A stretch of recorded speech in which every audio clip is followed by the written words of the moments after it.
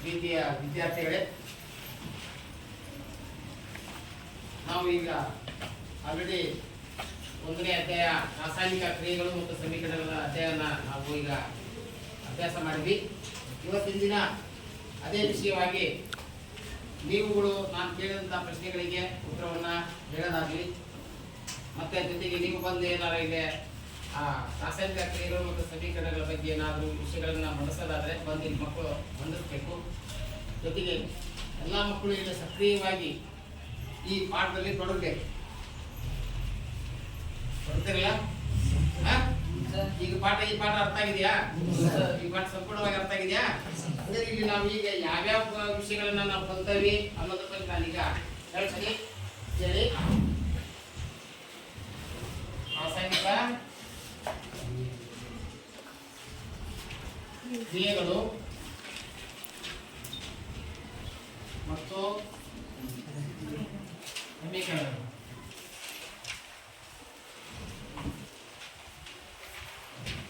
ಈಗ ಚರ್ಚೆ ಒಂದೊಂದೇ ಅಂಶ ರಾಸಾಯನಿಕ ಕ್ರಿಯೆಗಳ ಬಗ್ಗೆ ತಿಳ್ಕೊಂಡಿದ್ದೀರಿ. ಅದ್ರ ಬಗ್ಗೆ ರಾಸಾಯನಿಕ ಕ್ರಿಯೆಗಳು ಬಗ್ಗೆ ಎರಡನೇದಾಗಿ ರಾಸಾಯನಿಕ ಸಮೀಕರಣ.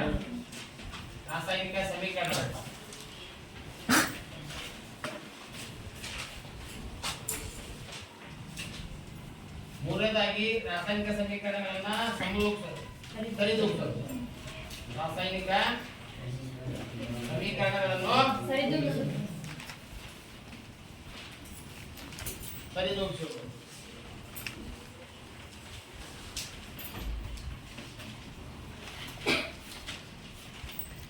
ಆಮೇಲೆ 4ನೇ ಅಂಶ ರಾಸಾಯನಿಕ ಸಮೀಕರಣಗಳನ್ನು ಬರೆಯುವುದು ಹೇಗೆ. ರಾಸಾಯನಿಕ ಸಮೀಕರಣಗಳನ್ನು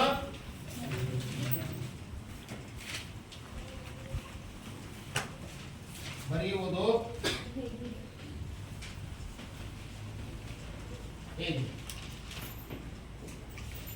ಆಮೇಲೆ ರಾಸಾಯನಿಕ ಕ್ರಿಯೆಯಲ್ಲಿ ಬರುವಂತಹ ಪ್ರಮುಖ ಅಂಶಗಳ ಬಗ್ಗೆ ತಿಳಿಯುವುದು. ರಾಸಾಯನಿಕ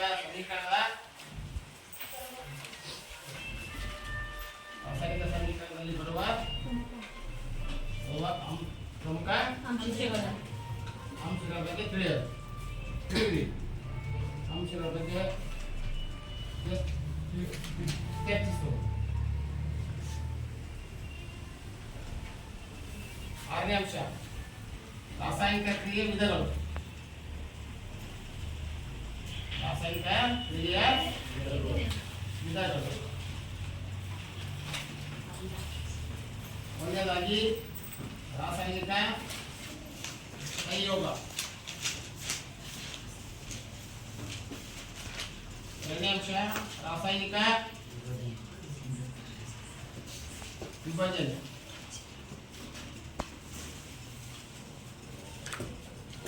ಮೂರನೇದು ರಾಸಾಯನಿಕ ಸ್ಥಾನಫಲಕ.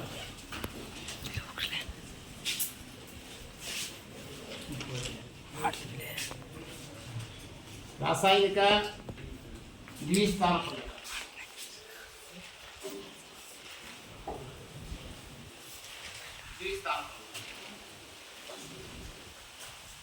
ನಂತರ 5ನೇ ಅಂಶ ಉತ್ಕರ್ಷಣ, ಅಪಕರ್ಷಣ.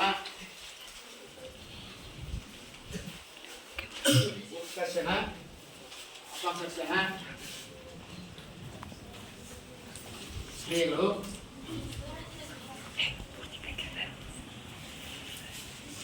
ಹೀಗೆ ಅಷ್ಟೇದಾಗಿ 6ನೇದು ಬಹಿರುಷ್ಣಕ ಕ್ರಿಯೆ.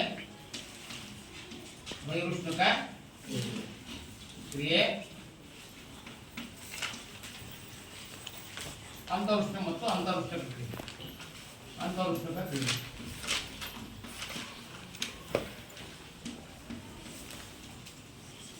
ಹಾಗೆ ಆಮೇಲೆ ಸಂಸ್ಥಾನ. ಸಂಸ್ಥಾನ ಎಳೆದು ಅದರ ಒಂದು ಎಳೆದು ಕಮ್ಮಟುವಿಕೆ.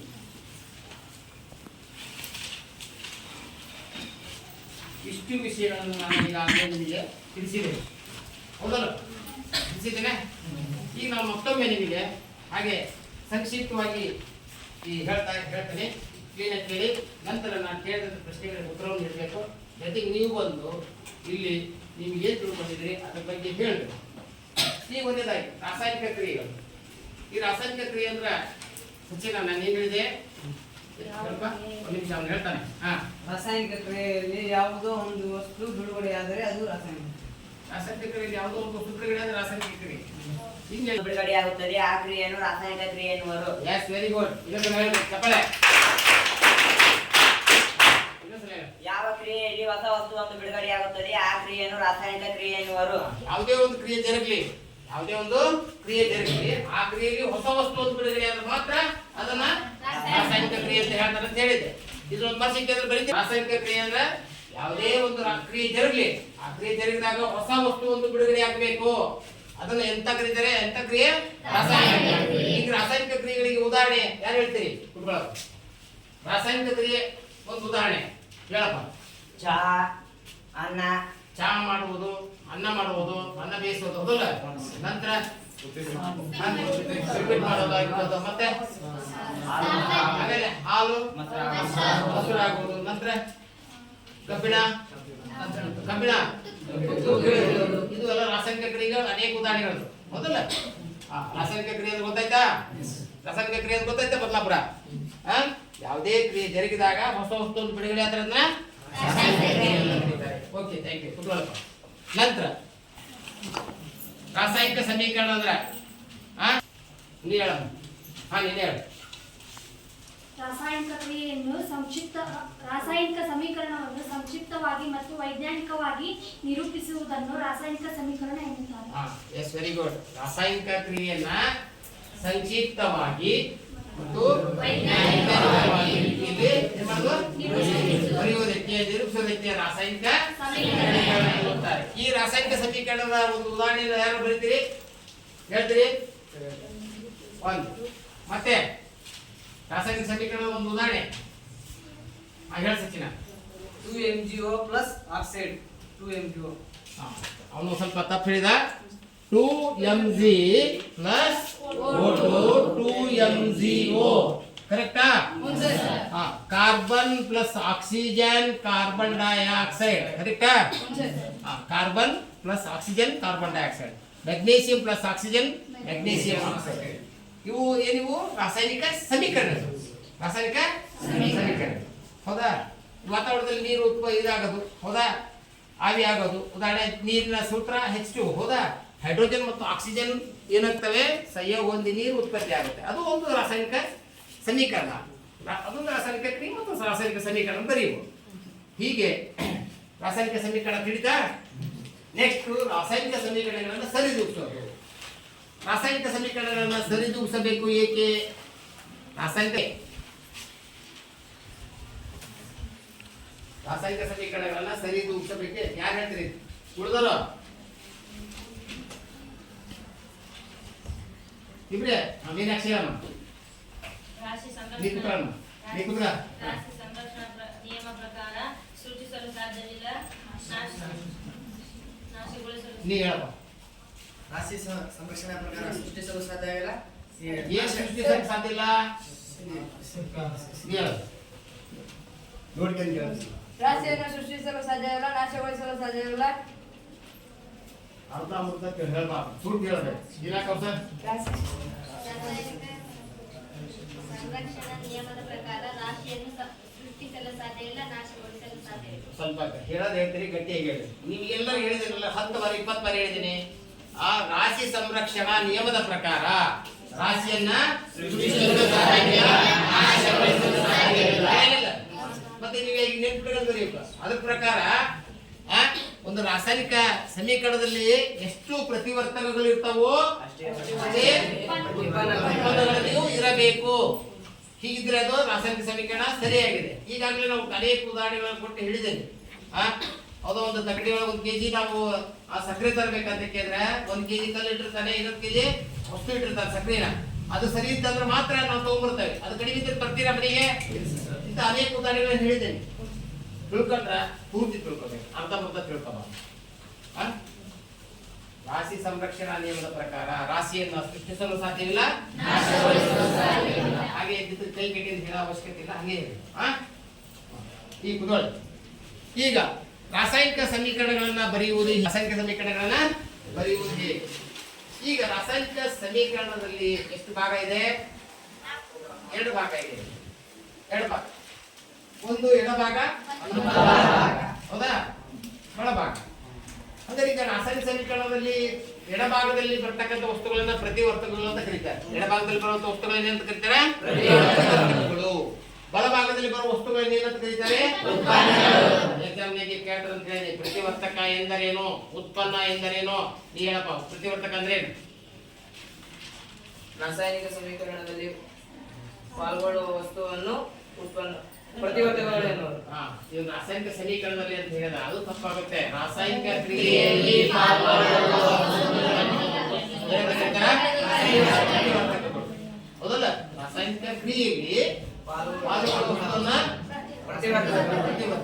ಹೌದಲ್ಲ. ರಾಸಾಯನಿಕ ಕ್ರಿಯೆಯಿಂದ ಬಿಡುಗಡೆಯಾದ ಹೊಸ ವಸ್ತುಗಳನ್ನು ಏನಂತ ಕರೀತಾರೆ? ಉತ್ಪನ್ನಗಳು. ಇದು ಹೇಳ್ತಾರೆ ಒಂಬಾಸಿಗೆ ಗೊತ್ತಲ್ಲ. ಹಂಗಾರೆ ಈಗ ರಾಸಾಯನಿಕ ಸಮೀಕರಣಗಳು ಬರೆಯೋದಂತ ಕೇಳಿದ್ರೆ, ಈಗ ಎಡಭಾಗದಲ್ಲಿ ಪ್ರತಿವರ್ತಕಗಳು ಎಷ್ಟಿರ್ತಾವೋ ಬಲಭಾಗದಲ್ಲಿಯೂ ಅಷ್ಟೇ.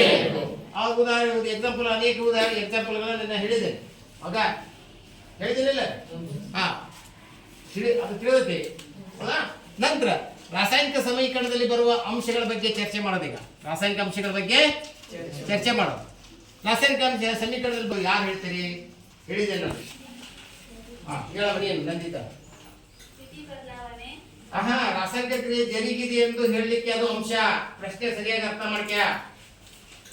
ರಾಸಾಯನಿಕ ಕ್ರಿಯೆ ಜರುಗಿದೆ ಎಂಬುದನ್ನು ಯಾವ ಅಂಶಗಳ ಆಧಾರದ ಮೇಲೆ ಹೇಳಲಾಗುತ್ತದೆ ಅಂತ ಕೇಳಿದಾಗ ಅದು ಬರಿಬೇಕು. ಸ್ಥಿತಿ ಬದಲಾವಣೆ, ತಾಪದಲ್ಲಿ ಬದಲಾವಣೆ, ಬಣ್ಣದಲ್ಲಿ ಬದಲಾವಣೆ, ಮತ್ತು ಇನ್ನೊಂದು ಯಾವುದು ಬಿಡುಗಡೆ. ಇದು ಪ್ರಶ್ನೆ ಸರಿಯಾಗಿ ಅರ್ಥ ಮಾಡ್ಕೊಳ್ಳಮ್ಮ. ಯಾರು ಹೇಳ್ತೀರಿ? ರಾಸಾಯನಿಕ ಸಮೀಕರಣದಲ್ಲಿ ಬರುವ ಪ್ರಮುಖ ಅಂಶಗಳ ಬಗ್ಗೆ ಹೇಳಿ ನೋಡೋಣ. ಯಾರು ಹೇಳ್ತೀರಿ? ಹೀಗಾಗಿ ಹೇಳಿದೆ ನಾನು. ಹೇಳಪ್ಪ ನೀನೆ. ರಾಸಾಯನಿಕ ವಸ್ತುಗಳನ್ನು ಸಂಯೋಜಿಸುತ್ತದೆ, ರಾಸಾಯನಿಕ ಕ್ರಿಯೆ ಜರುಗಿದೆ ಎಂದು ಸೂಚಿಸುತ್ತದೆ. ಹಂಗಲ್ಲ, ಅದು ಹೇಳಿದಲ್ಲ. ಕೆಲವು ಹಂಗಲ್ಲ, ಪಾಯಿಂಟ್ ಮಾಡಿ ಹೇಳಿದ್ದೇನೆ ಒಂದೊಂದಾಗಿ. ರಾಸಾಯನಿಕ ಸಮೀಕರಣದಲ್ಲಿ ಒಂದನೇದಾಗಿ ಏನ್ ಹೇಳಿದೆ? 2 ಭಾಗ ಇದೆ. ಒಂದು ಬಲಭಾಗ, ಇನ್ನೊಂದು ಎಡಭಾಗ. ಒಂದು ಬಲಭಾಗದಲ್ಲಿ ಬರುವ ವಸ್ತುಗಳನ್ನ ಪ್ರತಿವರ್ತಕಗಳು, ಎಡೆ ಅಂಶ ಇದೆ. ಎಡಭಾಗದಲ್ಲಿ ಬರುವ ವಸ್ತುಗಳನ್ನು ಉತ್ಪನ್ನಗಳು ಅಂತ ಹೇಳಿದೆ. ಬಾಣದ ಗುರುತು ಏನನ್ನು ಸೂಚಿಸುತ್ತದೆ? ರಾಸಾಯನಿಕ ಕ್ರಿಯೆ ಜರುಗಿದೆ ಎಂದು ತಿಳಿಸುತ್ತೆ. ಹೌದಲ್ಲ? ಹಾಗಾದ್ರೆ ಪ್ಲಸ್ ಅಂತ ಬರುತ್ತೆ. ಹೌದಾ? ಇಲ್ಲಿ ನೋಡಿ, ಇಲ್ಲಿ ನಾನು ಬರ್ದಾನೆ ಈಗ 2mg + O2 ಅಂತ ಬರುತ್ತೆ. ಪ್ಲಸ್ ಅನ್ನೋದು ಏನ್ ಮಾಡುತ್ತೆ? ಸಂಯೋಜಿಸುತ್ತದೆ. ಸಂಯೋಜನೆ. ಮೊದಲ 2 ವಸ್ತುಗಳ ನಡುವೆ ವರ್ತನೆಯನ್ನು ತೋರಿಸುತ್ತದೆ ಪ್ಲಸ್ ಅಂದ್ರೆ ಅಂತ ಹೇಳಿದ್ದೇನೆ. ಹೌದಾ? ನಂತರ ಈಗ ಈ ರಾಸಾಯನಿಕ ಸಮೀಕರಣದೊಳಗ ನಂತರ ಮತ್ತೇನ್ ಬರ್ತಾವ ಅಂತ ಕೇಳಿದ್ರೆ, ಘನ ವಸ್ತುಗಳು, ದ್ರವ ವಸ್ತುಗಳು, ಅನಿಲ ವಸ್ತುಗಳು, ಸ್ಥಿತಿನ ಮುಗಿಸ್ಬೇಕು. ಏನ್ ಮಾಡಬೇಕು? ಸ್ಥಿತಿ. ಘನ ಇದೆಯೋ, ದ್ರವ ಇದೆಯೋ, ಅನಿಲ ಇದೆಯೋ, ಸ್ಥಿತಿ ಬರಬೇಕು. ಈ ಉದಾಹರಣೆ ಮ್ಯಾಗ್ನೇಷಿಯಂ ಯಾವ ಸ್ಥಿತಿಯೊಳಗಿದೆ? ಯಾವ ಸ್ಥಿತಿಯೊಳಗಿದೆ? ಘನ ಸ್ಥಿತಿ ಇದೆ. ಘನ ಸ್ಥಿತಿಗೆ ಏನಂತ ಹೇಳಿದ್ದೆ? ಸಾಲಿಡ್. ಆಮೇಲೆ ಆಮ್ಲಜನಕ ಯಾವ ಸ್ಥಿತಿಯೊಳಗಿದೆ? ಅನಿಲ ಸ್ಥಿತಿ. ಅನಿಲ ಸ್ಥಿತಿಗೆ ಏನಂತ ಹೇಳಿದ್ದೆ? ಗ್ಯಾಸ್ ಅಂತ ಹೇಳಿದ್ದೆ. ಹೌದಲ್ಲ? ಹಾಗೆ ಆಮೇಲೆ ದ್ರವ ಸ್ಥಿತಿಗೆ ಏನಂತ ಹೇಳಿದ್ದೆ? ಎಲ್ ಅಂದ್ರೆ ಲಿಕ್ವಿಡ್. ದ್ರವ ಸ್ಥಿತಿ. ಹೌದಾ? ಪ್ರಕ್ಷೇಪ ಅಂತ ಕೇಳಿದ್ರೆ AQ. ಪ್ರಕ್ಷೇಪ ಅಂದ್ರೆ ಏನ್ ಹೇಳಿದೆ? AQ ಅಂದ್ರ ಪ್ರಕ್ಷೇಪ. ಉಳ್ಕೊಂಡಿದ್ರ ಅದನ್ನ AQ ಅಂತ ಹೇಳಿ ಮಾಡಿದ್ದೆ. ಹೌದಲ್ಲ? ಹೇಳಿದ್ನಿಲ್ಲ. ಈ ಸ್ಥಿತಿಗಳ ಬರೀಬೇಕು. ನಾನು ಇಲ್ಲಿ ಸಮೀಕರಣ ಬರೀತೀನಿ, ಅದ್ರ ಸ್ಥಿತಿ ಬರೀತೀನಿ ನೋಡಿ. 2m ಬ್ರಾಕೆಟ್ನಾಗ 2mg ಅಂದ್ರೆ ಎಂತ ಸ್ಥಿತಿ ಒಳಗೆ ಲೋಹ ಇದೆ. ಯಾವ ಸ್ಥಿತಿ ಒಳಗೆ ಇರುತ್ತೆ? ಘನ ಸ್ಥಿತಿ. ಘನ ಸ್ಥಿತಿಗೆ ಎಂತ ಬರೀಬೇಕು? ಎಸ್ ಅಂತ ಬರೀಬೇಕು. ಹೌದಾ? ಆಕ್ಸಿಜನ್ ಯಾವ ಸ್ಥಿತಿ ಒಳಗಿದೆ? ಅನಿಲ ಸ್ಥಿತಿ ಇದೆ. ಅನಿಲ ಸ್ಥಿತಿ ಎಂದು ಬರೀಬೇಕು? ಗ್ಯಾಸ್ ಅಂತ ಬರೀಬೇಕು. ಈಗ ಮುಂದೆ ಬಾಣದ ಗುರುತಾಗಿದೆ ಅಂತ. ಹೌದಾ? ಅವಾಗ 2MgO ಅಂತ ಬರದೆ. ಏನಂತ ಬರದೆ? 2MgO. ಮ್ಯಾಗ್ನೇಷಿಯಂ ಊರಿ. ಮ್ಯಾಗ್ನೇಷಿಯಂ ತಂತಿಯನ್ನ ಗಾಳಿಯಲ್ಲಿ ಉರಿಸಿದಾಗ ಮ್ಯಾಗ್ನೇಷಿಯಂ ಆಕ್ಸೈಡ್ ಉಂಟಾಗುತ್ತದೆ. ಇದು ಯಾವ ರೂಪದಲ್ಲಿದೆ? ಬೂದಿ ರೂಪದಲ್ಲಿದೆ. ಬೂದಿ ರೂಪದಂದ್ರೆ ಘನ ರೂಪ. G ಅಂತ ಬರೀಬೇಕು. ಅದಕ್ಕೆ ಎಸ್ ಅಂತ ಬರೀಬೇಕು. ಎಸ್ ಅಂತ ಬರೀಬೇಕು. ಹೌದಾ? ಬರಿಬೇಕಲ್ಲ? ಇದು ಸ್ಥಿತಿ ಬರಿಬೇಕು. ಆಮೇಲೆ ಇನ್ನೊಂದು, ಅನಿಲಗಳು ಬಿಡುಗಡೆ ಆಗಿದ್ದಲ್ಲಿ ಅದು ಇಷ್ಟೇ ಪಾಯಿಂಟ್. ಅನಿಲಗಳು ಬಿಡುಗಡೆ ಆದ್ರೆ ಈಗ ಒಂದು ರಾಸಾಯನಿಕ ಕ್ರಿಯೆ ಜರುಗಿದಾಗ ಅನಿಲಗಳು ಬಿಡುಗಡೆ ಆದ್ರೆ ಯಾವ ಬಾಣದ ಗುರುತಿನಿಂದ? ಮೇಲ್ಮುಖ ಬಾಣದ ಗುರುತು. ಮೇಲ್ಮುಖ ಅನ್ನೋ ಪದನೇ ಹೇಳ್ರಿ, ಮೇಲ್ಮುಖ ಬಾಣದ ಗುರುತು. ಹೌದಾ? ಪ್ರಕ್ಷೇಪ ಬಿಡುಗಡೆ ಆಗಿದ್ದಲ್ಲಿ ಕೆಳಮುಖ ಗುರುತಿನಿಂದ ಗುರುತಿಸಬೇಕು.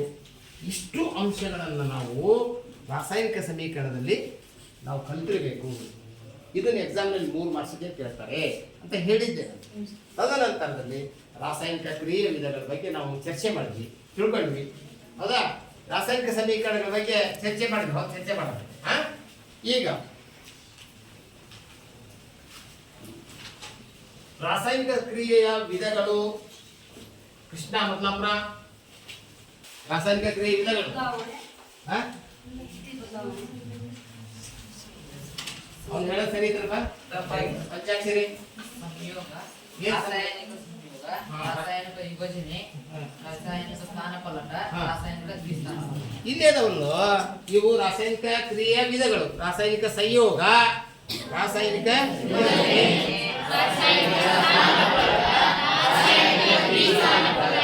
ಇಷ್ಟೇ.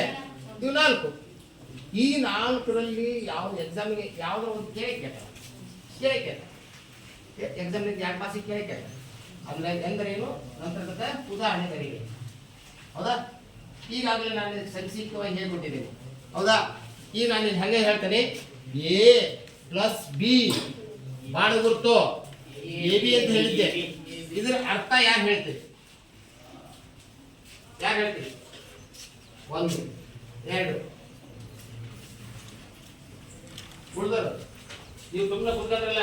ಈಗ ಪಾಠ ಮಾಡಿರಲಿಲ್ಲ, ಎಲ್ಲರಿಗೂ ಪಾಠ ಮಾಡಿರಲಿಲ್ಲ, ಎಲ್ಲರೂ ಇನ್ವಾಲ್ವ್ ಆಗಬೇಕು, ಪ್ರತಿಯೊಬ್ಬರು ಹೇಳ್ಬೇಕು. ಈಗ ಎ ಪ್ಲಸ್ ಬಿ ಅಂದ್ರೆ ಇಲ್ಲಿ ಎಷ್ಟು ವಸ್ತುಗಳಿವೆ? ಇವಕ್ಕೆ ಏನಂತ ಕರೀತಾರೆ? ಪ್ರತಿವರ್ತಕಗಳು. ಹೌದಲ್ಲ? ಇದೇನಿದು?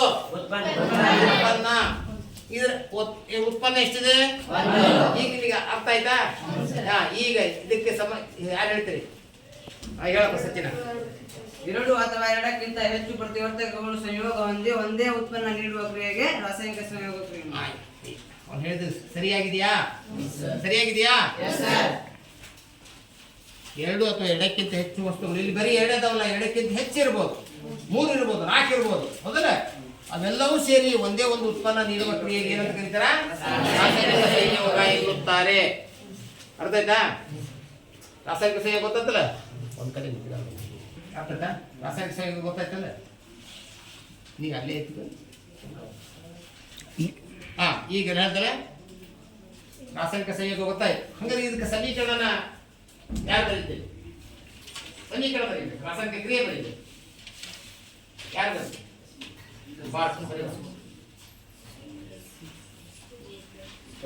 ಬರೀ ರಾಸಾಯನಿಕ ಸಂಯೋಗ ಕ್ರಿಯೆ ಉದಾಹರಣೆ ಬರೀ.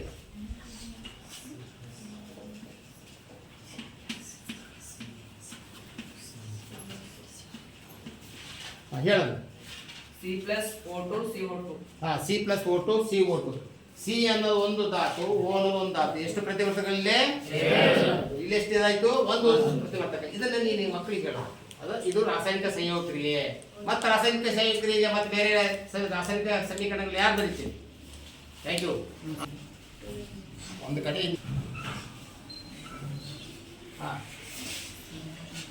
ಬರಿ ಬಾ ಅಲ್ಲಿ ಕೈ ಬಿಡ ಕೈ. ಮತ್ತೆ ಇದಲ್ಲದೆ ಮತ್ತೆ ಯಾವ ಬೇರೆ ಸಮೀಕರಣಗಳು ಬರೀತೀರಿ? ಮತ್ತೆ ನೀ ಬರ್ದಿ ಈಗ ಬಾರಪ್ಪ. ಮತ್ತೆ ಯಾರು? ಒಂದು ಬಾ, ಒಂದು ಬರಿ. ಮತ್ತೊಂದು ಸಮೀಕರಣ ಬರಿ.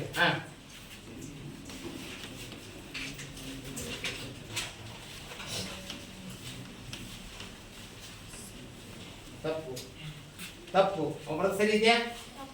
ತಪ್ಪು ಬರೋದು. ತಪ್ಪು ಬರ್ದಾನ. ಓಕೆ, ಇದು ತಪ್ಪಿದೆ. ಇನ್ನು ಸರಿಪಡಿಸ್ತಾರೆ ಯಾರು?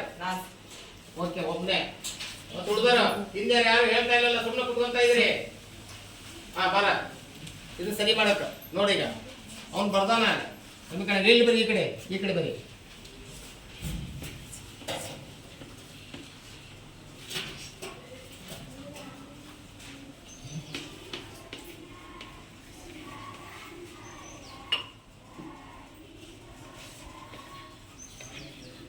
ಇದು ಸರಿ ಇದೆಯೋ ತಪ್ಪಿದೆಯೋ? ತಪ್ಪು. ಇದು ತಪ್ಪು. ಈ ಸಮೀಕರಣ ಬರೆದದ್ದು ತಪ್ಪು. ಇದು ತಪ್ಪು. ಮತ್ತೆ ಯಾರು ಬರೀತೀರಿ? ಬಾರಪ್ಪ. ಈ ಸಮೀಕರಣ ಇದೆ ಬರೀ ಕೆಳಗೆ. ಅಂತ ಸಮೀಕರಣ ಬರೆಯುವಾಗ ಕರೆಕ್ಟಾಗಿ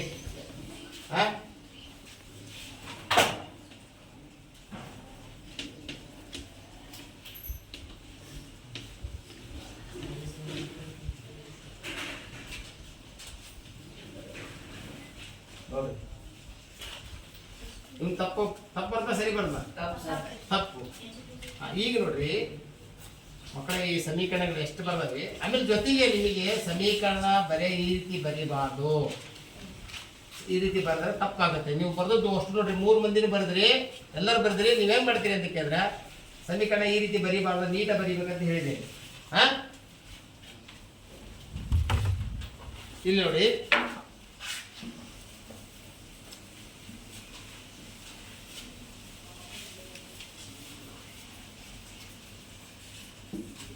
ಅವ್ರು ಬರೆದದ್ದು ನಾವು ಬರೀತೀವಿ ನೋಡ್ರಿ. C capital A small, C capital O CO3 ಹೌದಾ? Calcium carbonate. ಆದ್ರೆ ಇಲ್ಲಿ ಸಮೀಕರಣ ಬರೀಬೇಕಾದ್ರೆ ಅಲ್ಲಿ ಏನ್ ಬರ್ತೇವ? CaO3 ಅಂತ ಬರದ, ಸಿ ಬರೀಲಿಲ್ಲ ಹೌದಾ? ನಾವಿಲ್ಲಿ ಬರೀಬೇಕಾದ್ರೆ ಈಗ CaO, O capital plus carbon dioxide O2 ಬಾಣದ ಗುರುತು CaCO3. ಎರಡು ವಸ್ತುಗಳದವಲ್ಲ ಇಲ್ಲಿ. ಇದು ಕ್ಯಾಲ್ಸಿಯಂ ಆಕ್ಸೈಡ್, ಇದು ಕಾರ್ಬನ್ ಡೈಆಕ್ಸೈಡ್, ಇದು ಕ್ಯಾಲ್ಸಿಯಂ ಹೌದಾ? ಇದು ಸಚಿನ ಹೆಂಗಪ್ಪ ಮತ್ತೆ ಕಲ್ತಿಗೆ ಈ ಕ್ಲಾಸ್ 2 ಕ್ಲಾಸ್ ತಗೊಂಡಾಗಲಿ. ಕ್ಯಾಲ್ಸಿಯಂ ಆಕ್ಸೈಡ್ ಕಾರ್ಬನ್ ಡೈಆಕ್ಸೈಡ್ ಜೊತೆಗೆ ವರ್ತಿಸಿದಾಗ ಕ್ಯಾಲ್ಸಿಯಂ ಕಾರ್ಬೋನೇಟ್ ಆಗುತ್ತೆ. ಇದು ಸುಟ್ಟ ಸುಣ್ಣ. ಇದು ಸುಟ್ಟ ಸುಣ್ಣದ ಮೂಲಕ ಕಾರ್ಬನ್ ಡೈಆಕ್ಸೈಡ್ ಹಾಕಿದಾಗ ಏನಾಗತಿ? ಕಾರ್ಬೋನೇಟ್ ಆಗುತ್ತೆ. ಇದು ರಾಸಾಯನಿಕ ಸಂಯೋಗ ಕ್ರಿಯೆಗೆ ಉದಾಹರಣೆ. ಈ ರೀತಿ ಕ್ಲೀನ್ ಆಗಿ ಬರೀಬೇಕು. ಬಾಣದ ಗುರುತು ಇವೆಲ್ಲ ಬರೀದು ಹೆಂಗೆ ಎಲ್ಲ ಹೇಳ್ಕೊಟ್ಟಲ್ಲ, ನೀಟಾಗಿರ್ಬೇಕಂತೇಳಿ. ಮತ್ತೆ ಯಾವ ಕಲಿಯೋದು ಅಸಲಿ? ಈಗ ರಾಸಾಯನಿಕ ಸಂಯೋಗ ಆಯ್ತು ಮಕ್ಕಳೇ. ಎಂತ ರಾಸಾಯನಿಕ ಸಂಯೋಗ ತಿಳಿತಾ? ರಾಸಾಯನಿಕ ಸಂಯೋಗ, ರಾಸಾಯನಿಕ ಸಂಯೋಗ ಅಂದ್ರೇನು? ಯಾರು ಹೇಳ್ತೀರಿ ಇನ್ನೊಂದ್ಸಲ? ರಾಸಾಯನಿಕ ಸಂಯೋಗ ಎಲ್ಲ ಮಕ್ಕಳಿಗೆ ಬರ್ಬೇಕದ. ಕೆಲವು ಮಕ್ಕಳಿಗೆ ಬರ್ತಾ ಇದೆ. ರಾಸಾಯನಿಕ ಸಂಯೋಗ ಅಂದ್ರೆ ಏನು? ಹೆಚ್ಚಿನ ಮಕ್ಕಳಿಗೆ ಬರುತ್ತೆ ಕೈದ್ರಿ. ರಾಸಾಯನಿಕ ಸಂಯೋಗ ಅಂದ್ರೆ ಏನು? 1 2 3 4 5 6 7 8 ಮಂದಿಗೆ ಅಷ್ಟೇ ಪಾಠ ಮಾಡಿದ್ದೆ ನಾನು. 8 ಮಂದಿ ಪಾಠ ಮಾಡಿ, ಉಳಿದವರೆಲ್ಲ ಸುಮ್ಮನೆ ಕುತ್ಕೊಂಡು ಹಂಗ ಹೋಗ್ತೀರಿ. 9 ಬರೀ 8 ಜನ. ಅವಳು ಎತ್ತಲೇ ಬೇಡ ಅನ್ನಕತ್ತಾಳೆ. ಈಗ ಇಲ್ಲಿ ಓದ್ತಾ ಇದ್ದಾಳೆ, ಮನ್ಯಾಗ ಓದಂದ್ರೆ ಓದ್ತಾ ಇಲ್ಲ. ಮನ್ಯಾಗ ಪುಸ್ತಕ ಬೀಸಿ ಓದ, ಇಲ್ಲಿ ಬಂದ್ಬಿಟ್ರೆ ನೀಟಾಗಿ ಓದಾರ ಯಾರತ್ತ ತಿಳಿಸಿಲ್ವಾ? ಎಷ್ಟು ಈಸಿ ಆಗಿದೆ. 2 ಅಥವಾ 2ಕ್ಕಿಂತ ಹೆಚ್ಚು ವಸ್ತುಗಳು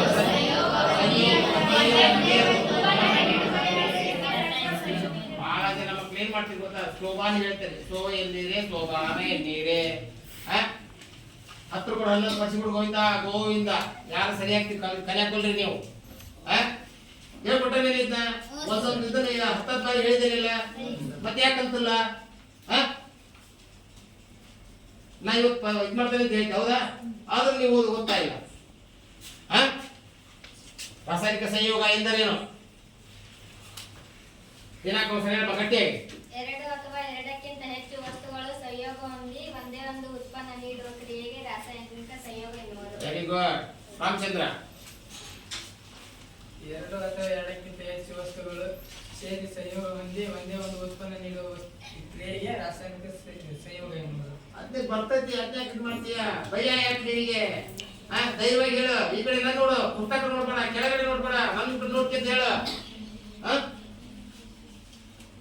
ಹೆಂಗ ಹಿಂಗಾದ್ರೆ SLC ನೀವು ಅರ್ಧೈತಾ? ಕುತ್ಕೊಳ್ಳಿ. ಈಗ ಮಕ್ಕಳೇ ರಾಸಾಯನಿಕ ವಿಭಜನೆ ಎಳೆದೆ, ಅದು ರಾಸಾಯನಿಕ ವಿಭಜನೆ. ಈಗಾಗಲೇ ನಾನು ಈಗ ಸಿಂಪಲ್ ಆಗಿ ಒಂದು ಹೇಳಿದ್ದೆ, ಎ ಬಿ ಅನ್ನೋ ಒಂದು ವಸ್ತು ಏನಾಗಿ ಎ ಮತ್ತು ಬಿ ಆಗಿ ಪರಿವರ್ತನೆ ಹೊಂದೋದು. ಹೌದಾ? ಎ ಬಿ ಅನ್ನೋ ಒಂದು ವಸ್ತು ಸಂಯುಕ್ತ, ಹೌದಾ? ಏನಾಗುತ್ತೆ? ಎ ಮತ್ತು ಬಿ ಆಗುತ್ತೆ, ಹೌದಲ್ಲ? ಹಾಗಾದ್ರೆ ಎ ಬಿ ಅಂದ್ರೆ ಏನು? ಎ ಬಿ ಅಂದ್ರೆ ಏನು? ಪ್ರತಿವರ್ತಕ. ಎ ಪ್ಲಸ್ ಬಿ ಅಂದ್ರೆ ಉತ್ಪನ್ನ. ಅಂದ್ರೆ ಇಲ್ಲಿ ಪ್ರತಿವರ್ತಕ ಎಷ್ಟಿದೆ? ಇದು ಉತ್ಪನ್ನಗಳು ಎಷ್ಟದಾವು? ಇಲ್ಲಿ ಉತ್ಪನ್ನಗಳು ಎಷ್ಟದಾವು? 2 ಅದಾವು.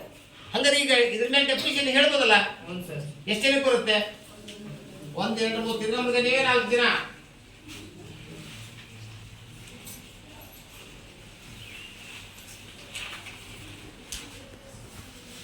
ಅಮ್ಮ ಯಾರು ಹೇಳ್ತೀರಿ? ಎಷ್ಟು ಜನಕ್ಕೆ? 3 ಜನಕ್ಕೆ ಬರುತ್ತಾ?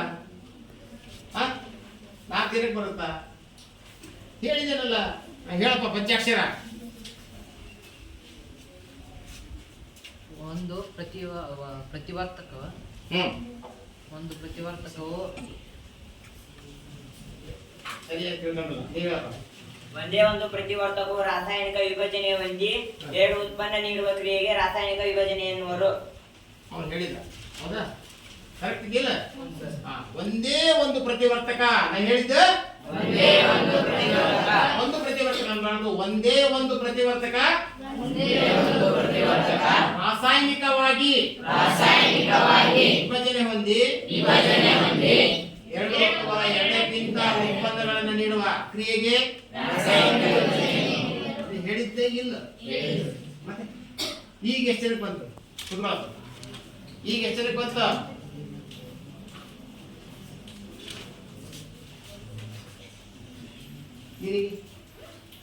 ಶಾಲೆ ಹಿಡಿದೈತಲ್ಲ.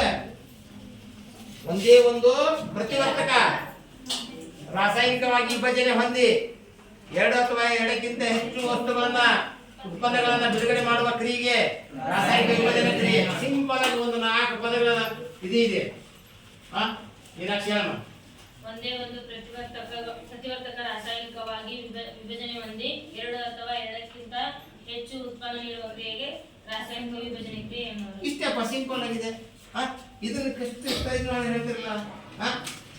ಯಾಕಪ್ಪ ಫಾತಿಮಾ?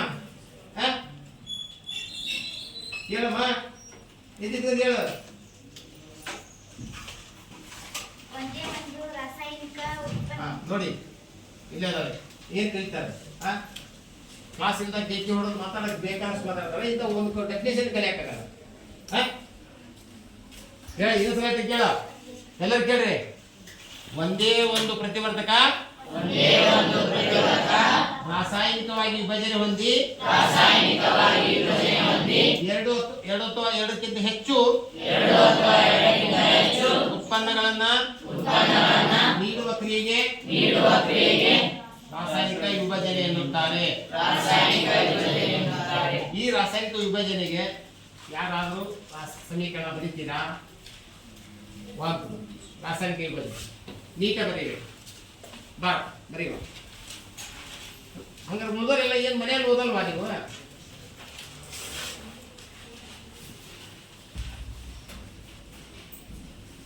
ಹೇಳ್ಕೊಂತ ಬರೀ. CO3 ಪ್ಲಸ್ ಬರುತ್ತಾ? ಪ್ಲಸ್ ಬರುತ್ತಾ? ಏರೋ ಏನೇರೋ ಬಾಳದ ಗುರುತು ಸಿ. ಸ್ವಲ್ಪ ಗ್ಯಾಪ್ ಕೊಡು. ನಾನು ಆಗಲೇ ಹೇಳಿದೆ, ಸಮೀಕರಣ ಬರೀಬೇಕಾದ್ರೆ ನೀಟಾಗಿ ಸ್ವಲ್ಪ ಗ್ಯಾಪ್ ಕೊಟ್ಟು ಚಂದ ಬರೆಯೋದಕ್ಕಂತ ಹೇಳಿಲ್ಲ. CO2 ಅಯ್ಯೋ CA2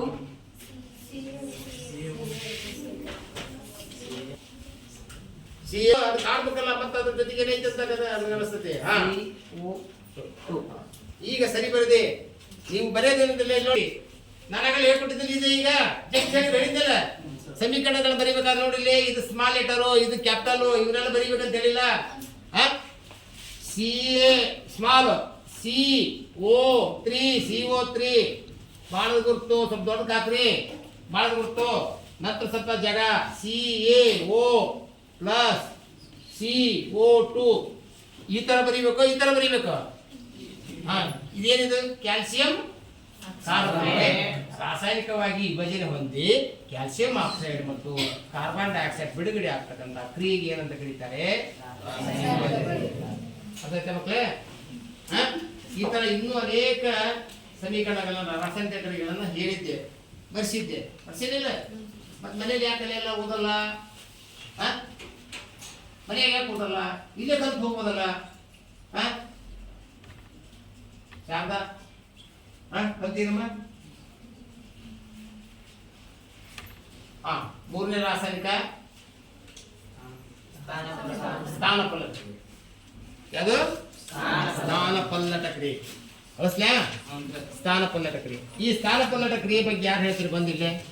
ರಾಸಾಯನಿಕ ವಿಭಜನೆ ಆಯ್ತು, ಈಗ ರಾಸಾಯನಿಕ ಸ್ಥಾನಪಲ್ಲಟ ಕ್ರಿಯೆ.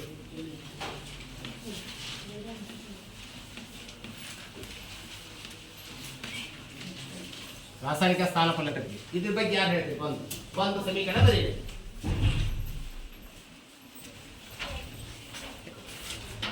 ಎದರಂತ ಅವಶ್ಯಕತೆ ಬಂದು ಬರೀರಿ. ಒಬ್ಬ ರಾಸಾಯನಿಕ ಸ್ಥಾನಪಲ್ಲಟ ಅಂದ್ರೆ ಏನು, ಅದರ ಸಮೀಕರಣ ಬರೀರಿ. ಇದು ಎಕ್ಸಾಮ್ ಕೇಳಕ್ಕೆ ಇದನ್ನ ಗ್ಯಾರಂಟಿ. ಫಸ್ಟ್ ರಾಸಾಯನಿಕ ಸ್ಥಾನಪಲ್ಲಟ ಅಂದ್ರೆ ಏನಂತ ಹೇಳಿ. ಈ ಕಡೆ ಹೇಳಿ ಫಸ್ಟ್ ಹೇಳಿ. ಗೋಡೆ ಬರೀತೀಯ? ಬರೀ.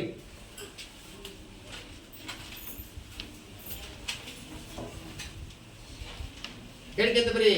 ಪ್ರತಿವರ್ತಕದಲ್ಲಿನ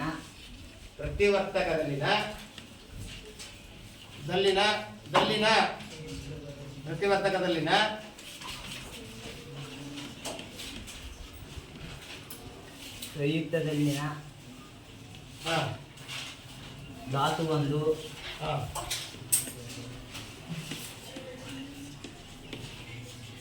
ಧಾತು ಒಂದು ಇನ್ನೊಂದು ಧಾತುವಿನ ಜೊತೆಗೆ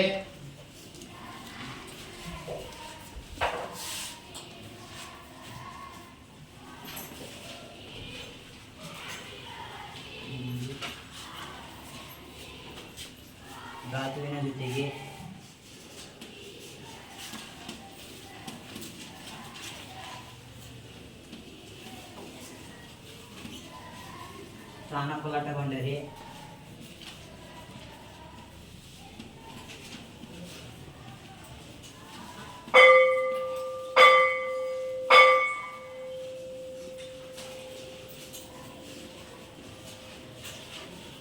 ಅದನ್ನು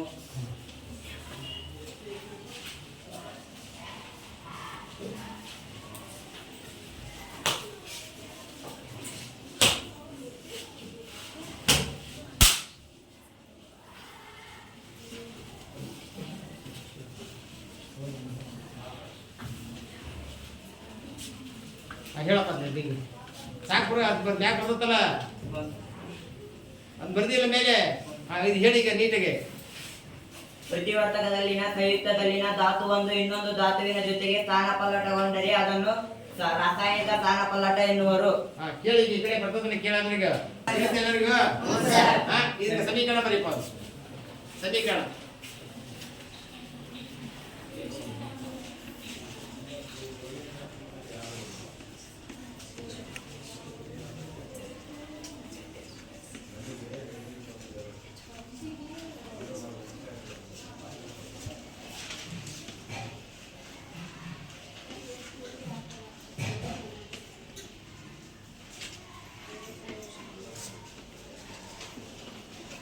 ಈಗ ಇವ್ರು ಬರ್ದದ್ದು ಸರಿ ಇದೆಯಾ? ತಪ್ಪು. ಇಲ್ಲಿ ಏನ್ ಮಾಡಿದ ಅವನು? ಇಲ್ಲಿ ಎನ್ ಅಂತ ತಗೊಂಡ. ಎನ್ ಇದೆಯಾ? ಏನ್ ಹೇಳಿದ್ದೆ ನಾನು? MgZn ಸತ್ತು. ಹೌದಾ? ಸತ್ತು ತಗೋಬೇಕಾಯ್ತು. ಇಲ್ಲಿ ಏನ್ ಮಾಡ್ದ? 2n ಅಂತ ಬರ್ದ. ಇದು Zn. ಎನ್ ಕ್ಯಾಪಿಟಲ್ ಅಲ್ಲ, ಸ್ಮಾಲ್ ಲೆಟರ್. ನೀನ್ ಏನ್ ಮಾಡ್ದಿ? 2n ಅಂತ ಬರ್ದಿ. ತಪ್ಪಲ್ವಾ? Zn ಅಂದ್ರೆ ಒಂದು ಧಾತು, ಇದು ಸಂಯುಕ್ತ. ಈ ಸಂಯುಕ್ತದಲ್ಲಿರುವ ಒಂದು ಧಾತು ಇದಕ್ಕೆ ಏನಾಗೋದು? ಸ್ಥಾನಪಲ್ಲಟಗೊಳ್ಳೋದು. ಸರ್ಕಾರಿ ಎಲ್ಲದು ಈ ಸಂಯುಕ್ತದಲ್ಲಿನ ಧಾತು ಇದಕ್ಕೆ ಏನಾಗೋದು? ಇನ್ನೊಂದು ಧಾತುಗೆ ಸ್ಥಾನಪಲ್ಲಟಗೊಳ್ಳುವುದನ್ನ ರಾಸಾಯನಿಕ ಸ್ಥಾನಪಲ್ಲಟ ಎನ್ನುತ್ತಾರೆ. ಇನ್ನು ಅನೇಕ ಉದಾಹರಣೆಗಳನ್ನು ಹೇಳಬಹುದು. Mg, ಹೌದಾ? 2Mg ಪ್ಲಸ್ HCl, 2HCl, ಹೌದಾ? MgCl2 ಅಥವಾ MgBD MgCl2 ಪ್ಲಸ್ ಹೈಡ್ರೋಜನ್ ಬಿಡುಗಡೆ ಈ ಸಮೀಕರಣ ಬರೀಬಹುದು. ಹೌದಲ್ಲ? ಬರೀಬೋದಲ್ಲ? ಮತ್ತಿಂತ ಸಮೀಕರಣ ಬರ್ಕೊಂಬರಿಪ್ಪ ಕಲೀರಿ ಹೇಳಿದವಿಲ್ಲ ತಪ್ಪು ಬರೀತೀರಲ್ಲ. ಆಮೇಲೆ ಪದಗಳ ಉಚ್ಚಾರ ಸರಿ ಇಲ್ಲ, ವಾಕ್ಯ ರಚನೆ ಮಾಡೋದು ಗೊತ್ತಿಲ್ಲ. ವಾಕ್ಯ ರಚನೆ ಕ್ಲೀನ್ ಮಾಡಬೇಕು. ರಾಸಾಯನಿಕ ಸ್ಥಾನಪಲ್ಲಟ ಯಾರು ಹೇಳ್ತೀರಿ? ಸ್ಥಾನಪಟ ನೋಡಿ ಕೇಳಿದಂಗೆ ಎಷ್ಟು ಜನ ಹೇಳ್ಬೇಕ? ಆಲ್ಮೋಸ್ಟ್ ಆಲ್ ಎಲ್ಲರಿಗೂ ಕಾರಬಾರಿ ಆಕಾಶ. ಪ್ರತಿವರ್ತಕದಲ್ಲಿನ ಸಂಯುಕ್ತದಲ್ಲಿನ ಧಾತು ಒಂದು ಇನ್ನೊಂದು ಧಾತುವಿನ ಜೊತೆಗೆ ಸ್ಥಾನಪಲ್ಲಟಗೊಂಡರೆ ಅದನ್ನು ರಾಸಾಯನಿಕ ಸ್ಥಾನಪಲ್ಲಟ ಎನ್ನುವುದು. ಸಾಗರ ನೀನು ಬಾ ನೀನು. ಪ್ರತಿವರ್ತಕದಲ್ಲಿನ ಸಂಯುಕ್ತದಲ್ಲಿನ ಧಾತುವನ್ನು ಇನ್ನೊಂದು ಧಾತುವಿಗೆ ಜೊತೆಗೆ ಸ್ಥಾನಪಲ್ಲಟಗೊಂಡರೆ ಅದನ್ನು ರಾಸಾಯನಿಕ ಸ್ಥಾನಪಲ್ಲಟ ಕ್ರಿಯೆ ಎನ್ನುವರು. ಉದಾಹರಣೆಗಳಂತಿಲ್ಲವ ಎಲ್ಲರೂ ಬಾಯಿ ಬಿಟ್ಟು ಸ್ವಲ್ಪ ಹೇಳಕ್ ಪ್ರಯತ್ನ ಮಾಡಿ. ಸರಿಯಾಗಿ ಕುತ್ಕೊಂಡು ಓದ್ರಿ.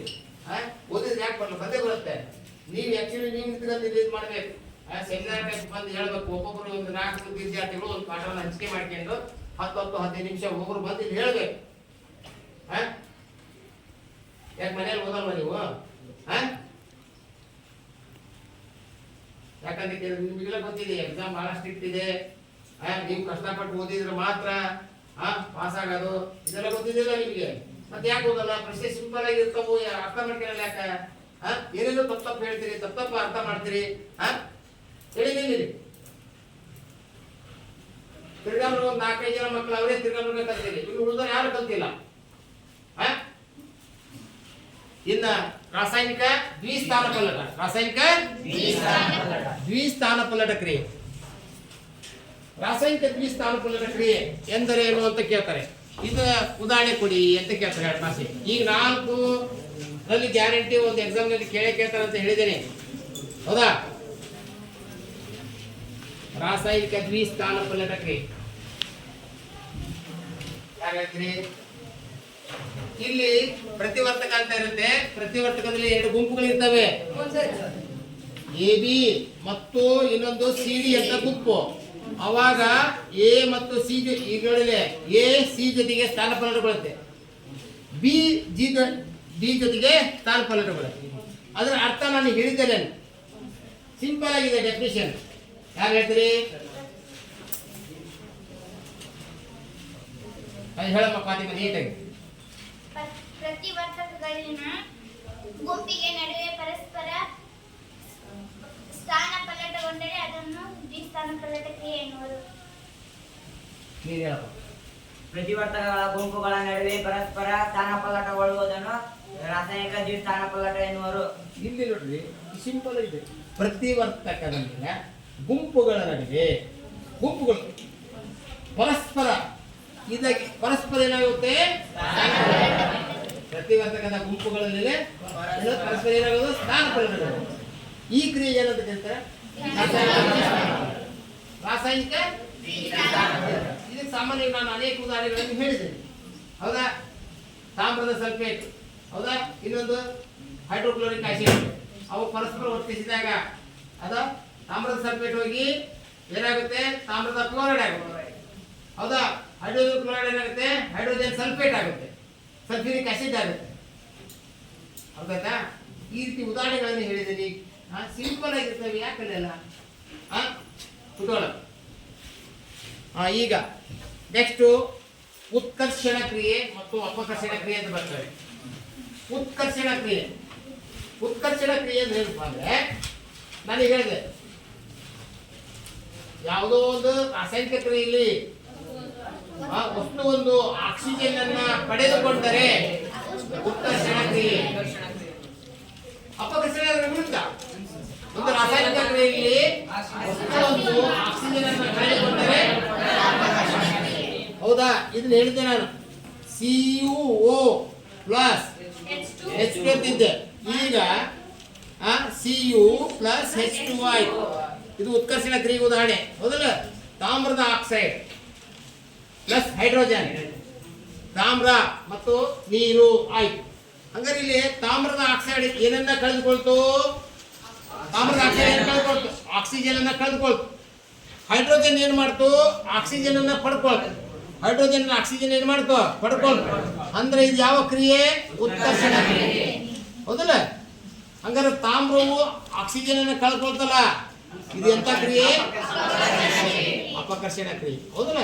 ಹಾ, ಈಗ ಕೇಳಿ ಡೆಫಿನಿಷನ್ ಯಾರು ಹೇಳ್ತೀರಿ? ಈಗ ಯಾರು ಹೇಳ್ತೀರಿ ಉತ್ಕರ್ಷಣ ಕ್ರಿಯೆ ಅಂದ್ರೆ ಏನು? ಅಯ್ಯೋ ಶಿವನೇ,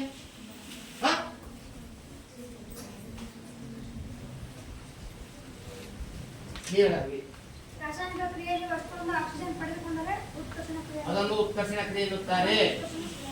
ಅಂತ ಗಟ್ಟಿ ಕ್ಲೀನ್ ಅರ್ಥ ಮಾಡಿಸ್ಬೇಕು, ಹೇಳ್ಬೇಕು, ಗಟ್ಟಿಯಾಗಿ ಹೇಳ್ಬೇಕು, ಸ್ಪಷ್ಟವಾಗಿ ಹೇಳ್ಬೇಕು. Very good.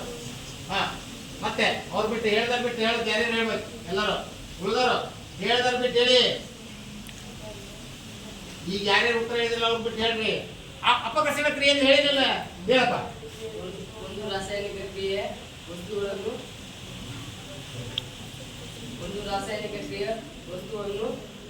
ಎಷ್ಟು ಸಿಂಪಲ್ ಆಗಿ ಆಕ್ಸಿಜನ್ ಪಡೆದುಕೊಂಡರೆ ಅದನ್ನು ಉತ್ಕರ್ಷಣ ಕ್ರಿಯೆ ಎನ್ನುವರು. ಸಿಂಪಲ್ ಆಗಿ ಏನಿಲ್ವಾ? ವಸ್ತುವೊಂದು ಆಕ್ಸಿಜನ್ ಅನ್ನ ಕಳೆದುಕೊಂಡರೆ ಅಪಕರ್ಷಣ ಕ್ರಿಯೆ, ವಸ್ತುವೊಂದು ಆಕ್ಸಿಜನ್ ಪಡೆದುಕೊಂಡರೆ ಉತ್ಕರ್ಷಣ ಕ್ರಿಯೆ ಅಂತ ಹೇಳಿಲ್ಲ. ಅದೇ ಏನ್ ಬರಬೇಕು ಡೆಫಿನಿಷನ್? ಒಂದು ರಾಸಾಯನಿಕ ಕ್ರಿಯೆಯಲ್ಲಿ ವಸ್ತುವೊಂದು ಆಕ್ಸಿಜನ್ ಪಡೆದುಕೊಂಡರೆ ಉತ್ಕರ್ಷಣ ಕ್ರಿಯೆ, ವಸ್ತುವೊಂದು ಹಂಗಾರೆ ಈ ಎರಡು ಕ್ರಿಯೆಗಳು ಒಂದೊಂದು ರಾಸಾಯನಿಕ ಕ್ರಿಯೆಯಲ್ಲಿ ಜರುಗುತ್ತವೆ. ಒಂದೇ ಒಂದು ರಾಸಾಯನಿಕ ಕ್ರಿಯೆಯಲ್ಲಿ ಅದು ಉತ್ಕರ್ಷಣ ಮತ್ತು ಅಪಕರ್ಷಣ ಕ್ರಿಯೆಗಳು ಜರುಗಿದ್ರೆ ಅದನ್ನ ಏನಂತ ಕರೀತಾರೆ? ರೆಡಾಕ್ಸ್ ಕ್ರಿಯೆ. ಹೇಳಿದ್ದೆ ಸಮೀಕರಣ ಇದೆ ಅಲ್ವಾ?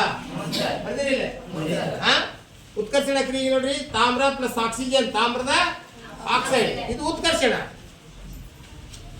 ಇಲ್ಲಿ ತಾಮ್ರದ ಆಕ್ಸಿಜನ್, ತಾಮ್ರ ಆಕ್ಸಿಜನ್ ಕಳ್ಕೊಳ್ಳೋದು ಹೌದಲ್ಲ? ಇಷ್ಟು ಸಿಂಪಲ್ ಆಗಿ ಕುತ್ಕೊಂಡು ಹೇಳೋದನ್ನ ಸರಿಯಾಗಿ ಹೇಳ್ಬೇಕು. ಅರ್ಧ ತಿಳ್ಕೊಂಡು ಹೇಳ್ಬಾರ್ದು. ತಿಳಿಲ್ಲ ಅಂದ್ರೆ ಪ್ರಶ್ನೆ ಕೇಳ್ರಿ, ಮತ್ತೊಂದು ಸಲ ಹೇಳ್ತೇನೆ ಅಂತ ಹೇಳಿದಿಲ್ಲ. ನಿಮಗೆ ಅರ್ಥ ಆಗಿಲ್ಲ ಅಂದ್ರೆ ಮತ್ತೊಂದು ಸಲ ಕೇಳಿದ್ರೆ ಹೇಳ್ತೇನೆ ಅಂತ ಹೇಳಿದ್ದೇನೆ. ಅದೇ ರೀತಿ ಬಹಿರುಷ್ಣಕ ಕ್ರಿಯೆ ಮತ್ತು ಅಂತರುಷ್ಣಕ ಕ್ರಿಯೆ. ಬಹಿರುಷ್ಣಕ ಅಂದ್ರೆ ಈಗ ನಮ್ಮ ಸುತ್ತಮುತ್ತಲು ಪ್ರಕೃತಿಯಲ್ಲಿ ಅನೇಕ ಕ್ರಿಯೆಗಳು ಜರುಗುತ್ತವೆ. ಆ ಕ್ರಿಯೆ ಜರುಗಿದಾಗ ಏನಾಗುತ್ತೆ? ಉಷ್ಣ ಬಿಡುಗಡೆ ಆಗುತ್ತೆ. ಏನ್ ಬಿಡುಗಡೆ ಆಗುತ್ತೆ? ಉಷ್ಣ ಬಿಡುಗಡೆ. ಒಂದು ರಾಸಾಯನಿಕ ಕ್ರಿಯೆಯಲ್ಲಿ ಉಷ್ಣ ಬಿಡುಗಡೆ ಆದರೆ ಅದನ್ನ ಏನಂತ ಕರೀತಾರೆ? ಒಂದು ರಾಸಾಯನಿಕ ಕ್ರಿಯೆಯಲ್ಲಿ ಉಷ್ಣ ಹೀರಿಕೆ ಆದರೆ, ಉಷ್ಣ ಬಿಡುಗಡೆ ಆದರೆ ಬಹಿರುಷ್ಣಕ, ಉಷ್ಣ ಹೀರಿಕೆ ಆದರೆ ಹೇಳಿದ್ದೇವೆ. ಹಂಗಾರೆ ನಾವು ಆಹಾರವನ್ನು ಸೇರಿಸ್ತೇವೆ, ಸೇರಿಸಿದಂತೆ ನಮ್ಮ ದೇಹದಲ್ಲಿ ಜೇಡಾಗುತ್ತೆ. ಏನ್ ಬಿಡುಗಡೆ ಆಗುತ್ತೆ? ಉಷ್ಣ ಬಿಡುಗಡೆ ಆಗುತ್ತೆ. ಹಂಗಾರೆ ಉತ್ಕರ್ಷಣ ಕ್ರಿಯೆ ತಾನೇ ಇದೆ, ಉತ್ಕರ್ಷಣ ಕ್ರಿಯೆ ತಾನೇ. ಕೆಲವು ವಸ್ತುಗಳು ಏನ್ ಮಾಡ್ತವೆ? ಉಷ್ಣವನ್ನ ಹೀರ್ಕೊಳ್ತವೆ, ಇನ್ನು ಕೆಲವು ವಸ್ತುಗಳು ಉಷ್ಣವನ್ನ ಬಿಡುಗಡೆ ಮಾಡ್ತವೆ. ಈಗ ನಾವು ಅರಳಿದ ಸುಣ್ಣಕ್ಕೆ ಬಿಸಿನೀರನ್ನ ಸುರಿದಾಗ ಅದೇನ್ ಬಿಡುಗಡೆ ಆಗುತ್ತೆ? ಉಷ್ಣ ಬಿಡುಗಡೆ ಆಗುತ್ತೆ, ಹೌದಲ್ಲ? ಮ್ಯಾಗ್ನೇಷಿಯಂ ತಂತಿಯನ್ನ ಕಾಯಿಸಿದಾಗ ಪ್ರಜ್ವಲವಾಗಿ ಬೆಳಕು ಬರ್ತದೆ, ಅಲ್ಲಿ ಉಷ್ಣ ಬಿಡುಗಡೆ ಆಗುತ್ತೆ. ಒಂದು ವಸ್ತುವನ್ನು ಉಳಿಸಿದಾಗ ಅದು ಬೆಂಕಿ ಹತ್ತಿಲ್ಲ, ಅಲ್ಲೇನ್ ಬಿಡುಗಡೆ ಆಗುತ್ತೆ? ಉಷ್ಣ ಬಿಡುಗಡೆ ಆಗುತ್ತಲ್ಲ, ಅದು ಎಂತ ಕ್ರಿಯೆ? ಕೆಲವು ರಾಸಾಯನಿಕ ಕ್ರಿಯೆ ಉಷ್ಣ ಹೀರಿಕೆ ಅದ, ಏನಾದ್ರು ತಂಪಾದ್ರೆ ಅವು ಏನು ಇದನ್ನ ಹೇಳಿದ್ದೇನೆ, ನೀವು ಸರಿಯಲ್ಲ ಅಂತ ಹೇಳಿ. ನೆಕ್ಸ್ಟ್ ಸಂಸ್ಕಾರಣ. ಏನು ಸಂಸ್ಕಾರಣ? ಸಂಸ್ಕಾರಣ ಅಂದ್ರೆ ಏನು? ಯಾರು ಹೇಳ್ತೀರಿ? ಸಂಸ್ಕಾರಣ ಮಾತಾಡಬಾರ್ದು, ನೋಡೋರ ಮಾತಾಡಬೇಡಿ. ಹೇಳಪ್ಪ ಸಚಿನ. ಸಂಸ್ಕರಣ ಕೆಲವು ಲೋಹದಂತ ವಸ್ತುಗಳು ಗಾಳಿಯಲ್ಲಿ ಆಕ್ಸಿಜನ್ ಒಂದಿಗೆ ವರ್ತಿಸಿದಾಗ ಅದು ಸಂಸ್ಕರಣ ಹಾಳಾಗುತ್ತವೆ, ನಶಿಸಿ ಹೋಗುತ್ತವೆ. ಹೇಳಿದ್ದೇನೆ, ಕೆಲವು ಲೋಹದಂತ ವಸ್ತುಗಳು ಉತ್ಕರ್ಷಣೆಗೊಳ್ಳುತ್ತವೆ, ಹೌದಾ? ಅವು ನಶಿಸಿ ಹೋಗುತ್ತವೆ, ಹಾಳಾಗುತ್ತವೆ. ಈ ಕ್ರಿಯೆಗೆ ಸಂಸ್ಕರಣ ಅಂತ ಕರೀತಾರೆ. ಹಾಗಾದ್ರೆ ಲೋಹ ಅಂದ್ರೆ ಉದಾಹರಣೆ ಕಬ್ಬಿಣ. ಕಬ್ಬಿಣ ಆಕ್ಸಿಜನ್ ವರ್ತಿಸಿ ಉತ್ಕರ್ಷಣೆ ಹೊಂದುತ್ತದೆ. ಇದು ಈ ಕ್ರಿಯೆಯ ಜೊತೆಗೆ ವಾತಾವರಣದಲ್ಲಿ ಏನಿದೆ? ತೇವಾಂಶ ಇದೆ. ತೇವಾಂಶದ ನೀರಿನಂಶ ಇರುತ್ತೆ. ಹಾಗಾಗಿ ಅದು ಏನಾಗುತ್ತೆ? ತುಕ್ಕು ಹಿಡಿಯುತ್ತೆ. ಏನಾಗುತ್ತೆ? ತುಕ್ಕು ಯಾವ ಬಣ್ಣ ಇರುತ್ತೆ? ಕೆಂಪು ಬಣ್ಣ ಇರುತ್ತೆ ಅಂತ ಹೇಳಿ. ಅದೇ ರೀತಿ ಇನ್ನ ಬೇರೆ ಬೇರೆ ಲೋಹಗಳು ತುಕ್ಕು ಹಿಡಿತವಲ್ಲ ಯಾವುವು? ಬೆಳ್ಳಿ, ತಾಮ್ರ ಮತ್ತಿತರ ವಸ್ತುಗಳು ಏನಾಗ್ತವೆ? ತುಕ್ಕು ಹಿಡಿತವೆ, ನಶಿಸ್ತವೆ. ಹೌದಲ್ಲ?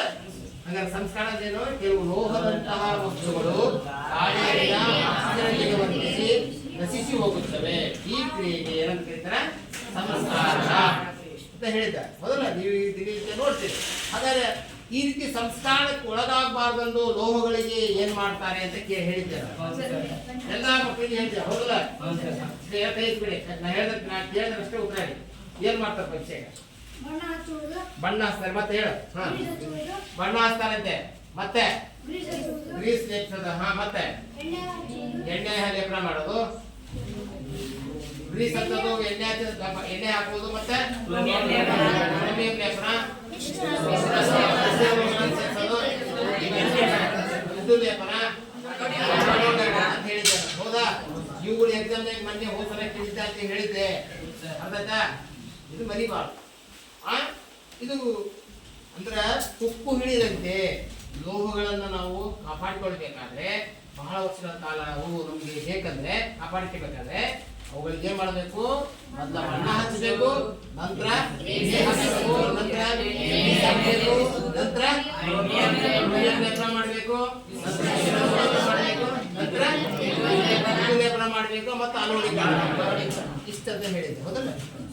ನೆಕ್ಸ್ಟ್ ಕಮಟುವಿಕೆ. ಕಮಟುವಿಕೆ ಅಂದ್ರೆ ಯಾರು ಹೇಳ್ತೀರಿ? ಕಮಟು ಹೇಳಪ್ಪ. ಕೆಲವು ಎಣ್ಣೆ ಮತ್ತು ಕೊಬ್ಬು ಪದಾರ್ಥಗಳನ್ನು ಗಾಳಿಯಲ್ಲಿ ತೆರೆದಿಟ್ಟಾಗ ಆಕ್ಸಿಜನ್ ನೊಂದಿಗೆ ವರ್ತಿಸಿ ಕಮಟುವಿಕೆ ವಾಸನೆಯನ್ನು ಬಿಡುಗಡೆ ಮಾಡುತ್ತವೆ. ಇಲ್ಲಿ ಕೆಲವು ಎಣ್ಣೆ ಮತ್ತು ಕೊಬ್ಬಿನಂತ ಪದಾರ್ಥಗಳು ಗಾಳಿಯಲ್ಲಿ ಏನಿದೆ? ಆಕ್ಸಿಜನ್ ಇದೆ. ಅವುಗಳೊಂದಿಗೆ ಅವು ತೆರೆದಿಟ್ಟಾಗ ಬಹಳ ದಿನಗಳಾದ್ಮೇಲೆ ಏನಾಗ್ತವೆ? ಕಮಟು ವಾಸನೆಯನ್ನು ಬರುತ್ತವೆ. ಹೌದಲ್ಲ? ಕೆಟ್ಟ ವಾಸನೆ, ಕಮಟು ವಾಸನೆ ಬರ್ತವೆ. ಕಮಟು ವಾಸನೆಯನ್ನು ಬೀರಿದಂತ ಎಣ್ಣೆ ಮತ್ತು ಕೊಬ್ಬುಗಳನ್ನ ತಿಂದ್ರೆ ಆರೋಗ್ಯದ ಮೇಲೆ ದುಷ್ಪರಿಣಾಮ ಬೀರ್ತದಿಲ್ಲ? ಬೀರ್ತದಿಲ್ಲ. ಅದಕ್ಕೋಸ್ಕರ ನಾವು ಎಣ್ಣೆ ಮತ್ತು ಕೊಬ್ಬುಗಳನ್ನ ಆಕ್ಸಿಜನ್ ಹೋಗದ ಹಾಗೆ ಸಂರಕ್ಷಣೆ ಮಾಡಿಡಬೇಕು. ಅದಕ್ಕೆ ಚಿಪ್ಸ್ ಪ್ಯಾಕೆಟ್ಗಳಿಗೆ ಏನ್ ಮಾಡ್ತಾರೆ? ಇದು ಮಾಡ್ತಾರೆ, ಒಳಗಡೆ ವಸ್ತುಗಳನ್ನು ಹಾಕಿ ಅದಕ್ಕೆ ನೈಟ್ರೋಜನ್ ಅಲ್ಲಿನ ಸೇರಿಸಿರ್ತಾರೆ. ಬಹಳ ಕೆಡಬಾರ್ದು ಅಂತ ಹೇಳಿ. ಸ್ವಲ್ಪ ಓಪನ್ ಆದ್ರೆ ಅದನ್ನ ತಿನ್ನಬಾರ್ದು. ಹೌದಾ? ತಿಂದ್ರೆ ಏನಾಗತ್ತಿ? ಎಣ್ಣೆ ಆಕ್ಸಿಜನ್ ವರ್ತಿಸಿ ಕಮಟು ವಾಸನೆ ಬಿಟ್ಟಿರ್ತೈತಿ. ಅವಾಗ ಜಲೋದರ ಮತ್ತು ಮಹೋದರ ಕಾಯಿಲೆಗಳು ಬರ್ತಾವಂತ ಹೇಳಿದ್ದೇನೆ. ಮಕ್ಕಳೇ ಕುತ್ಕೊಳ್ಳಿ. ನೀವ್ ಹೇಳ್ತೀವಿ ಕೇಳಿ. ಪಾಠ ಕೇಳಿದ್ಮೇಲೆ ನೀವು ಈ ರೀತಿ ಪ್ರಶ್ನೆಗಳನ್ನು ಕೇಳಿದಾಗ ನೀವೇ ಬಂದು ಇಲ್ಲಿ ಕೆಲವು ಚಟುವಟಿಕೆಗಳನ್ನು ಮಾಡಬೇಕು. ನಂತರ ಒಂದು 10 ನಿಮಿಷ 15 ನಿಮಿಷ ಮಾತಾಡುವಂತ ಇದು ಕಲಿಬೇಕು. ಅರ್ಥ? ಕೆಲವು ಮಕ್ಕಳು ಸುಮ್ಮನೆ ಕೂತ್ಕೊಳ್ತಾರೆ, ನಮ್ಗೆ ಸಂಬಂಧ ಇಲ್ಲ ಅಂತೇಳಿ. ಇಲ್ಲಿ ಪ್ರತಿಯೊಬ್ಬ ಮಗುನು ಕಲಿಬೇಕು. ಪ್ರತಿಯೊಬ್ಬ ಮಗುನು ಕಲಿಬೇಕು. ಅರ್ಥ? ಅದಕ್ಕೆ ಈಗ ನೆಕ್ಸ್ಟ್ ಏನ್ ಮಾಡಿದೆ? ಈ ಪಾಠವನ್ನು ಇವತ್ತು ಚೆನ್ನಾಗಿ ಓದ್ಕೊಂಬರ್ರಿ. ನಾಳೆ ಪರೀಕ್ಷೆ ಮಾಡ್ತೇನೆ. ಎಲ್ಲರಿಗೂ ನಮಸ್ಕಾರ.